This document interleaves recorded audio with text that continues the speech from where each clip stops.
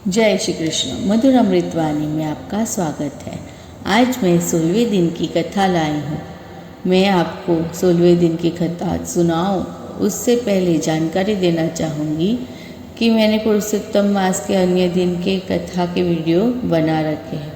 आप मेरे चैनल पे जाके उन वीडियो को देख सकते हैं। 16वें दिन की कथा में 16वें दिन के अध्याय का पाठ का आज श्रवण करते हैं। 16वें अध्याय में हम सुदेव को पुत्र की प्राप्ति एवं देवल मुनि द्वारा गुण दोष वर्णन का वृत्तांत सुनेंगे। मैं आपको 16वें दिन का पाठ बताऊं उससे पहले 15 दिन के अध्याय में जो हमने देखा कि सुदेव ब्राह्मण पुत्र प्राप्ति की इच्छा से घोर तप करता है, तब श्री हरि गरुड़ पर बैठकर आते हैं। तब सुदेव ब्राह्मण शब्दों के द्वारा विभिन्न प्रकार से भक्ति और आराधना करता है। तब भगवान कहते हैं वर मांग लो। तब सुदेव ब्राह्मण कहता है मुझे कुछ नहीं चाहिए, मुझे सिर्फ पुत्र चाहिए, मुझे पुत्र दे दीजिए। तब श्री विष्णु कहते हैं जो तुम्हें इस जन्म में तो क्या आगे 7 जन्मों तक पुत्र नहीं दे सकता हूँ। तुम्हारे भाग्य में 7 जन्मों तक पुत्र का योग नहीं है।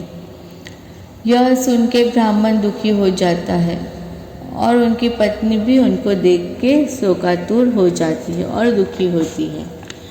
तब उसके दुख से द्रवित होकर गरुड़ श्री भगवान को विष्णु को कहते हैं कि हे हरि, आप तो भगवान हैं, आप क्यों नहीं इनकी इच्छा पूरी करते हो।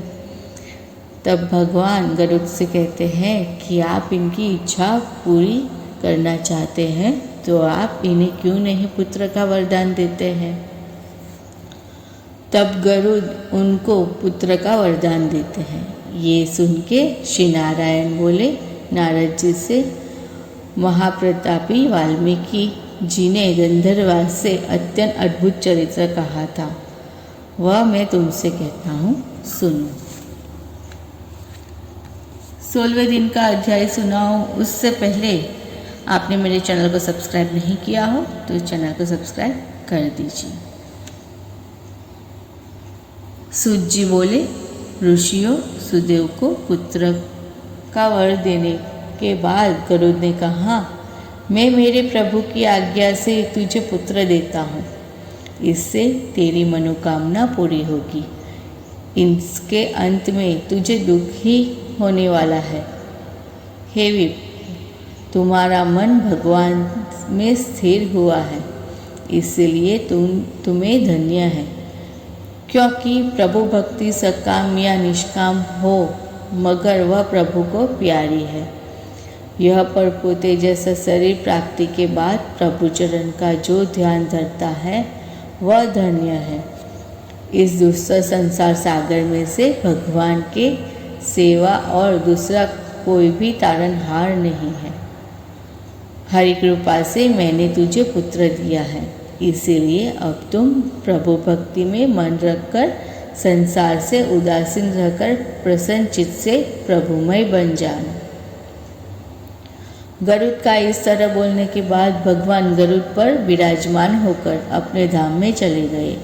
ब्राह्मण भी अपनी पत्नी सह गरुड़ द्वारा वरदान प्राप्त करके अपने घर वापस आ गया और संसार सुख में लीन हो गया। कुछ समय बाद गौतमी को गर्भ रहा। गर्भ मर्यादा पूर्ण होते हुए जब प्रसव का समय आया तब उसने उत्तम पुत्र को जन्म दिया। जब सुदेव को पुत्र प्राप्ति की खबर मिली तब वह बहुत प्रसन्न हुआ। फिर श्रेष्ठ और विद्वान ब्राह्मणों को बुलाकर उनके पास श्रेष्ठ कर्म कराया, यथाशक्ति दान भी दिया।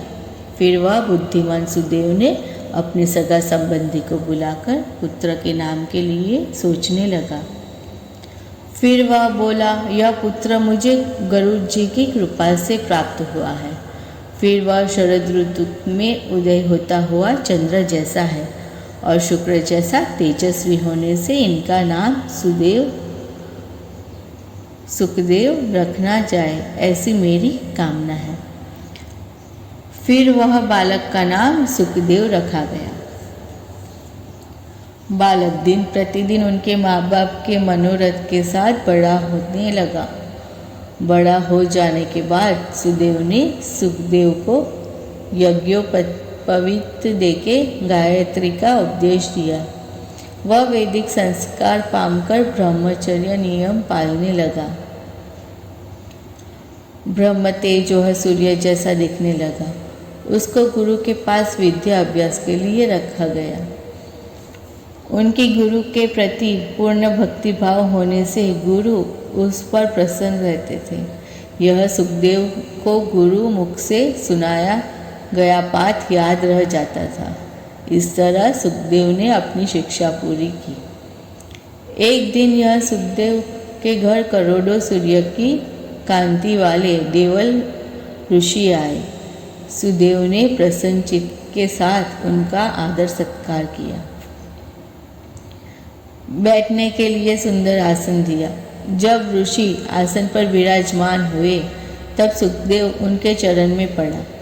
तब देवल बोले, हे सुदेव, भगवान ने तुझ पर कृपा करके तुझे पुत्र दिया है।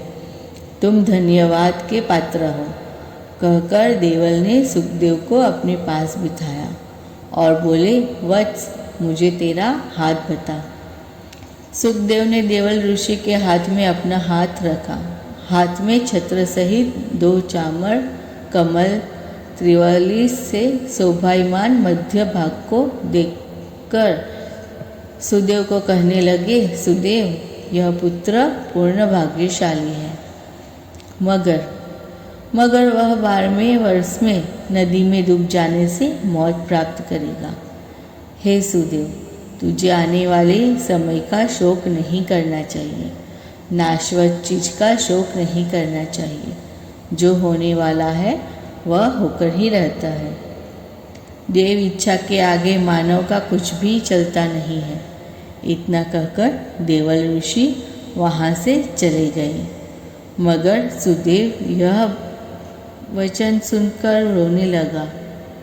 वह गौतमी सुखदेव को अपनी गोद में लेकर उसको प्यार करते हुए अपने पति को कहने लगी, हे स्वामी, जाने वाली वस्तु के लिए शोक करना व्यर्थ है।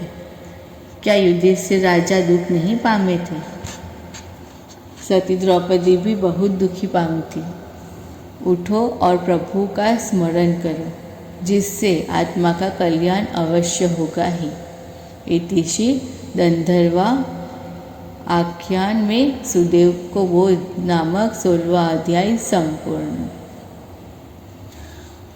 आगे सुदेव के पुत्र का क्या होगा, यह जानने के लिए मधुर अमृतवाणी के साथ बने रहिए। कथा जारी रहेगी। जय श्री कृष्ण।